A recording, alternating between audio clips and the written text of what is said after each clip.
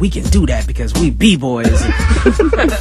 And I didn't know him. He was probably like 13, and then I seen him at the Big Soundset event that y'all was talking about, the one that they stayed all night for, because I was probably one of the only ones that stayed all night too. And I remember staying, they were like, man, you need to stay and watch this one dude. And then he comes in, I was like, that's the dude that was at Hamlin breakdancing, and he got on stage and he performed, and I was like, dude, you're like 14, and he was just killing it. He was up there with Glow, and Glow was pretty, all over the place, but Glow looked like he was sitting down when Eyedea was on, because Eyedea was just killing it, and I'm just like, man, this dude could do anything, even at a young age, like 13, 14 years old, he was just blowing people away, whatever he did. At that first Hip Hop Olympics, we had the B-boy battle, and none of us knew he rapped at that time, and then all of a sudden he just grabs the mic and puts himself in the battle, and then I remember both me and you were just like, who is it? Because you were hosting. Yeah. Who is this little dude? Is that the whole? Yeah. He turned his back to the crowd and was like, and man, I'm telling you, both of us looked at each other and was like, he's gonna win. Unfortunately, some dudes tried to fight, so it squashed the whole battle. But it was like, at that particular moment, it was like, all right, we're going, one way or another, we're messing with this. Something else that I think that should be said, especially while we're, like discussing how much we love this dude and how much he meant to us.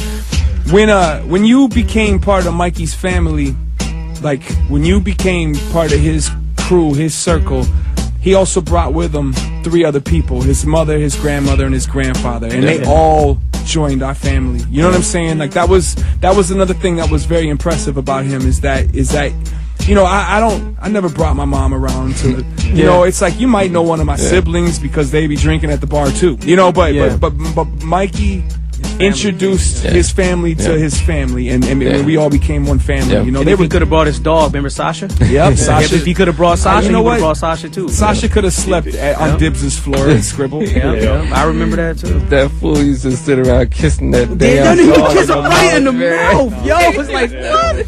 And he didn't care. He was sitting around kissing that damn dog in the mouth. I mean, like, what are you doing? Back up. He would drool. Drool. And you know what? I'll tell you something. I guarantee you the inside of Sasha's mouth is cleaner than some of the girls I've kissed on the road. I'm sure. No, you're right. And I'm sure he studied that and knew it. He knew, and that's why he could do it. Exactly.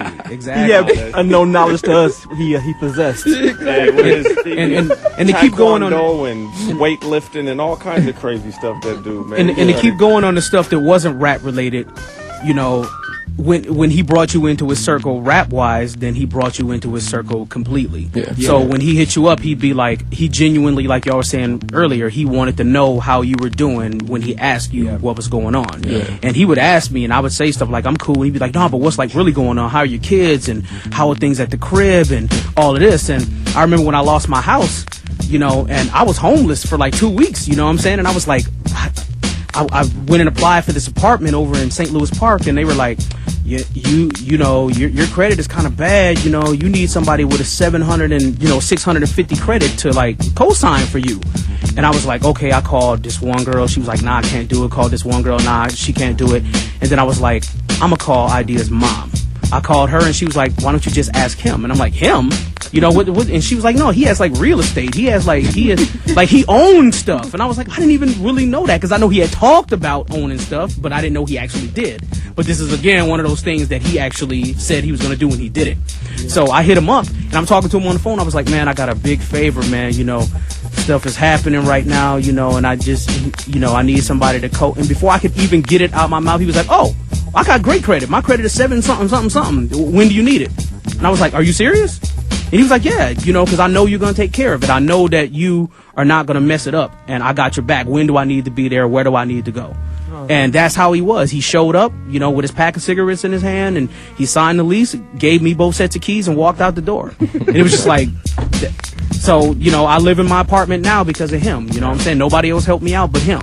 And that's what he did. He started with rap, and then it went into other areas, and he was able to make that bridge, and he never let you go once he got a hold of you. And that's a beautiful thing about him. I mean, I feel the same way, not necessarily with the real estate, but just in my early years when I was trying to learn how to do this, along comes this kid who had so much, mental, emotional, as well as physical support for me. This was a dude that pushed me to better myself and to stay on top of what I'm doing. Even when me and him stopped playing shows together and Max and Mikey, you know, really focused on that entity of Eyedea and abilities, he was always right there to give me criticisms, to give me whatever it was I needed to grow. You know what I'm saying? To challenge me, to push me. You know what I mean? You feel like it should be the other way around. You know, you were like the OG in the game at that time. I tried to, you know, let one hand wash the other. I tried to give it back to him as well. You know what I mean? But he already had it. The thing is, he already had it. That was the one he didn't know. He figured it out on the way. Yeah, you know? that was one of the things that I always will cherish, was the type of exchange that I got to have with him, and I think that's how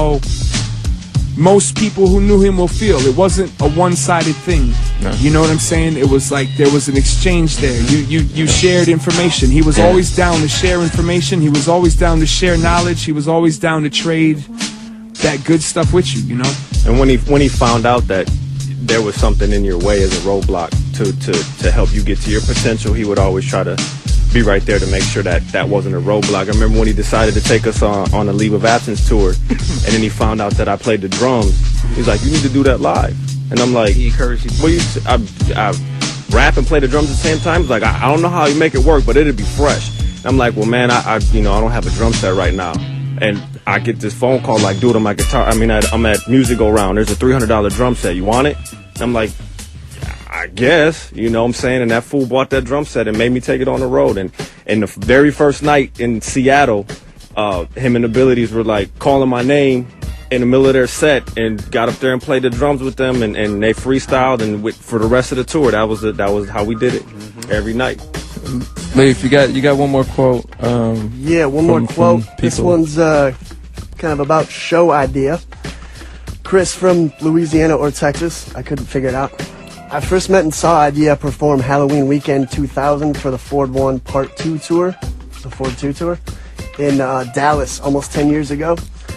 My girlfriend, now wife, and I drove 8 hours from Louisiana to see Atmosphere and E&A off the strength of Overcast and a few headshot tapes. We walked into the Liquid Lounge, not even knowing who was who, without faces to put to these names and voices. I sat right by the merch table while Abilities flipped through a graph mag. I soon realized that Eyedea was the kid behind the merch table. Some other heads were asking Eyedea to record a message on their answering machine, not a cell phone, a bulky home phone answering machine. He eagerly obliged with a smile. I purchased a VHS copy of the 99 Scribble Jam video and asked if he would sign it. I will never forget the enthusiasm and eagerness he had, as if he was shocked someone would even care to ask. It reads, "Only cheaters win, Eyedea." No. Yeah. All right, so we got just barely over 5 minutes left. I want to thank everybody for coming down. Anybody want to share any last words before we get out of here? We could, but I know we've been sharing all night, but you know. When I moved to Minneapolis and I drove up on 22nd and Garfield in a truck with 80 boxes of records to move up 3 flights of stairs, he was the one dude sitting there in the car waiting for me when I pulled up. Yeah. And I mean, like, man, when you have 80 boxes of records, a lot of people that are your friends are no longer your friends. Bird, I was not there. I wasn't I there love either. you, but I was not there. I didn't know you, but I wouldn't have been there. Yeah, so that's how he was, man. Yeah. I just wanna say that hopefully him and Seth are together right now, freestyling, because I know that's what they would love to be doing. For sure. The best freestyler ever lived, Eyedea. And one of the best people that ever lived. Grouch, I believe we got one more caller on the line real quick before we get out of here. Grouch, you there? Yeah, I'm here. Hey, man. We just getting ready to wrap up. We wanted to get you in here and get you a chance to share a fond memory of our brother, Eyedea. Yeah, I don't know if I just got one memory, but what I wanted to say was, first of all, condolences to all his family and all his friends. It's a big loss to our hip-hop community, our underground family, and I really loved Eyedea. And some of the most memorable moments I had with him were when I toured. I don't know the exact date or anything, but it had to be close to like 10 years ago. with the Living Legends. You know, we went on tour with Eyedea and Abilities, and before that, I hadn't really known them that much. And you know, Living Legends was pretty popular back then, so we had, you know, our egos in full swing, and our little momentum was rolling and everything. And here, Eyedea and Abilities, these two young guys from Minneapolis, ended up on our bus with us, and I didn't really know too much about them beforehand, except that Eyedea had won that Blaze battle and everything, and they joined the bus, and like immediately after joining the bus, they were just like part of the gang, and they were totally, you know, Eyedea just had this confidence about him, and I was like, at first I was a little thrown off, because I was like, how is this young dude so confident and adamant about how dope he is and all this? He was very opinionated and stuff. And I'm sorry, I got my daughter in the back talking about being hungry and everything, but yeah, basically I quickly learned, you know, from these young guys that it was just like the confidence that he had was so pure, and I quickly saw why he had that confidence, because he was such a talented performer and a talented artist and a smart guy, period. And I just remember having great conversations with him. I remember anything that he got interested in, he was very, you know, he went all the way with it, and he like studied it. And one of the main things that we used to talk about was equipment. And, you know, back then we were all searching for how we could make a bigger sound out of, you know, the underground sound was kind of dirty, and all this digital equipment had just been available to like set up studios, Pro Tools in your house and everything like that. And so we were all searching for how could we make our vocals as big as possible. And I remember he just really got into that, and he really started studying analog equipment and versus like, you know, solid state. I mean, if you're not into equipment, you probably don't know what I'm talking about, but there's vintage tube equipment and microphones with tubes and compressors and all this stuff that he got into, and we would go back and forth and talk about what the best pieces are. And I don't know, he just really had me on my toes and had me looking deep at things. And you know, plus coming from the Rhymesayers background, he really had his business together. And we were older, and I thought that, you know, we were hot shit at the time, but he showed me a lot of things about having my business together. He, you know, we were on this Living Legends tour, and we were sleeping in crappy hotels, and he was like, hold up, guys, I don't sleep in hotels like this, you know.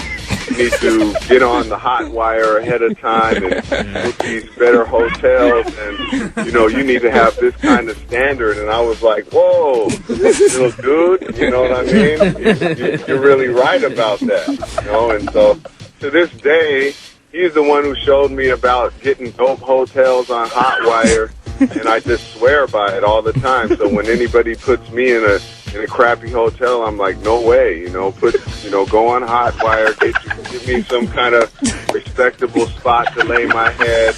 You know, it's not going to cost that much money. And, you know, he's the one who showed me that. And I was kind of deep into the game already at that point. And so there's a whole bunch of stuff like that he shared with me, and I actually just ended up learning a lot from him and Max on that tour. And so, I don't know, I just have fond memories of those guys, both of them. You know, I wish he was still around, and I don't know, but yeah, very smart guy, funny guy, and I'll miss him for sure. Grouch, man, thank you. Thanks for calling. Thanks for calling, man. Yeah. All right, man. Thanks for having me on here. Tell the family we said hello.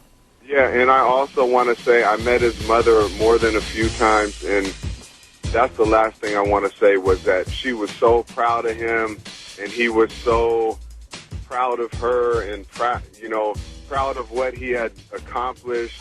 and for her to see him doing what he was doing as a young man.